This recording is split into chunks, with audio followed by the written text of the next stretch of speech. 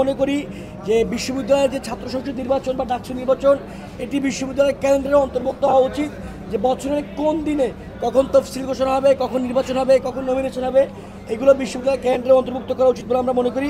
আমরা মনে করি ছাত্র রাজনীতিতে কে অংশগ্রহণ করবে কি করবে না সেইটি সম্পূর্ণ তার ব্যক্তিগত অধিকারের ব্যাপারে, অধিকারটি ব্যক্তির কাছে ছেড়ে দিতে হবে। তবে বিশ্ববিদ্যালয়ের যে এখন অবস্থা, ছাত্রলীগের গত 16 বছরের রাজনীতির যে আতঙ্ক, যে ট্রমা, সেই জায়গা থেকে বাংলাদেশ গণতান্ত্রিক ছাত্র সংসদ মনে করে এই মুহূর্তে বিশ্ববিদ্যালয়ে হল কমিটি দেওয়া উচিত না, কোনো সংগঠনেরই হল কমিটি থাকা উচিত না। এটি ছাত্রদের আতঙ্ককে আরও বৃদ্ধি করবে। তার পরিবর্তে আমরা মনে করি যেখান থেকে এই হলগুলোতে আতঙ্ক শুরু হতো সেটি হচ্ছে সিটের ব্যাপারে। আমরা বিশ্ববিদ্যালয় প্রশাসনকে কাছে স্পষ্টত বলেছি যে অবশ্যই যে ধারাটি গণঅভ্যুত্থানে পড়েছিল সেই ধারাটি অব্যাহত থাকে। সিট যাতে অবশ্যই প্রশাসন কর্তৃক বণ্টিত হয়, কোনো ছাত্র সংগঠন, কোনো রাজনৈতিক ছাত্র সংগঠন কিংবা কোনো ব্যক্তির মাধ্যমে যাতে সিট বন্টন না হয়, আমরা সেই ব্যাপারটি উল্লেখ করেছি।